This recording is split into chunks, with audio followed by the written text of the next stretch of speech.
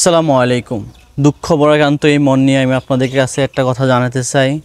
আমাদের মুসলমান বিশ্বের বর্তমান নেতা এবং যিনি ফিলিস্তিনকে আগলে রাখতেন এবং বিপদে পড়া মুসলমানদেরকে আগলে রাখতেন, সেই ইরানের প্রেসিডেন্ট ইব্রাহিম রাইসি আজ সকালে মারা গিয়েছেন। ইন্না লিল্লাহি ওয়া ইন্না ইলাইহি রাজিউন। আমরা ওনার আত্মার মাগফিরাত কামনা করি এবং আল্লাহ যেন তাকে জান্নাত নসিব করে সেই দোয়াটা করি।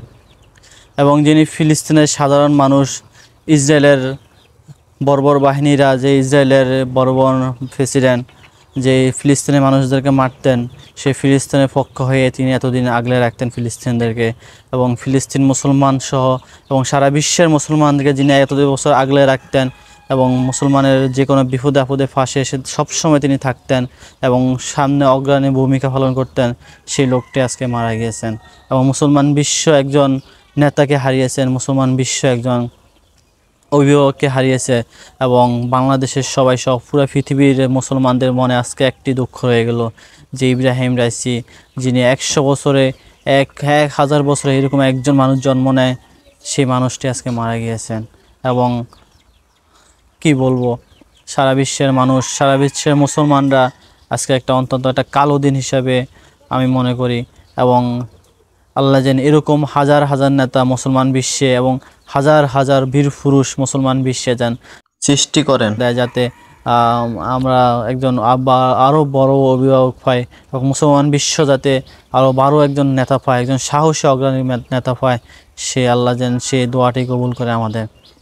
এবং আমেরিকা, তারপর ইসরায়েল, যাদের মাথা ব্যথাই ছিল ইব্রাহিম রাইসি, সেই লোকটি আজকে হেলিকপ্টার বিধ্বস্ত হয়ে মারা যান। এবং তার সাথে থাকা পররাষ্ট্রমন্ত্রী এবং তার সাথে থাকা সকল বাহিনী যারা ছিল হেলিকপ্টারে, সবাই মারা গিয়েছেন। ইন্না লিল্লাহি ওয়া ইন্না ইলাইহি রাজিউন। আল্লাহ যে তাদেরকেও জান্নাত নসিব করে। এবং এরকম একজন বড় নেতা আমরা হারিয়েছি, আমাদেরও আজকে অনেক কষ্টের দিন।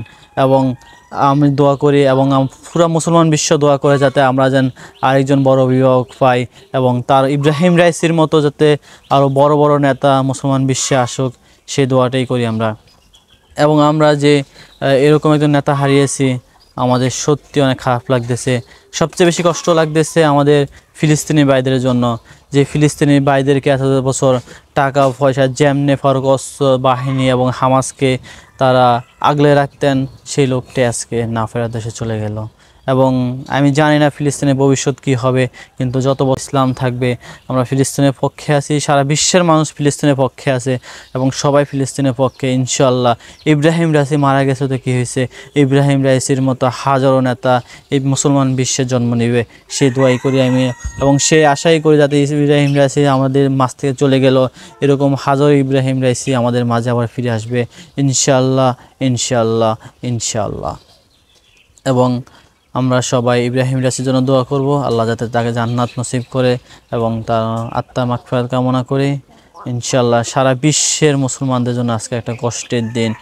আমি তো শোনার পর থেকে আমি একটা আপসেট হয়ে গেছি, কারণ আমাদের ফিলিস্তিনি ভাইদেরকে কে আগলে রাখবে, এরকম যাতে ইরানে আরও বড় বড় নেতা জন্ম নেয় এবং ইরানে আরও বড় বড় শক্তিশালী এবং সাহসী ভূমিকা পালন করতে পারে, এরকম নেতা যাতে ইরানের বুকে আরও জন্ম নেয় এবং প্রতিটা মুসলমানের বুকে যাতে এরকম বড় বড় নেতা আরও জন্ম নেয়, সেই দোয়াটাই করি।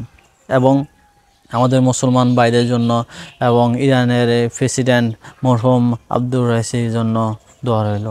ইব্রাহিম রাইসির মতো এরকম হাজারো নেতা, হাজারো মুসলমান বাংলার বুকে, পৃথিবীর বুকে জন্ম নেবে ইনশাআল্লাহ, ইনশাআল্লাহ, ইনশাআল্লাহ। আসসালামু আলাইকুম রহমতুল্লাহি ওয়া বারাকাতুহু।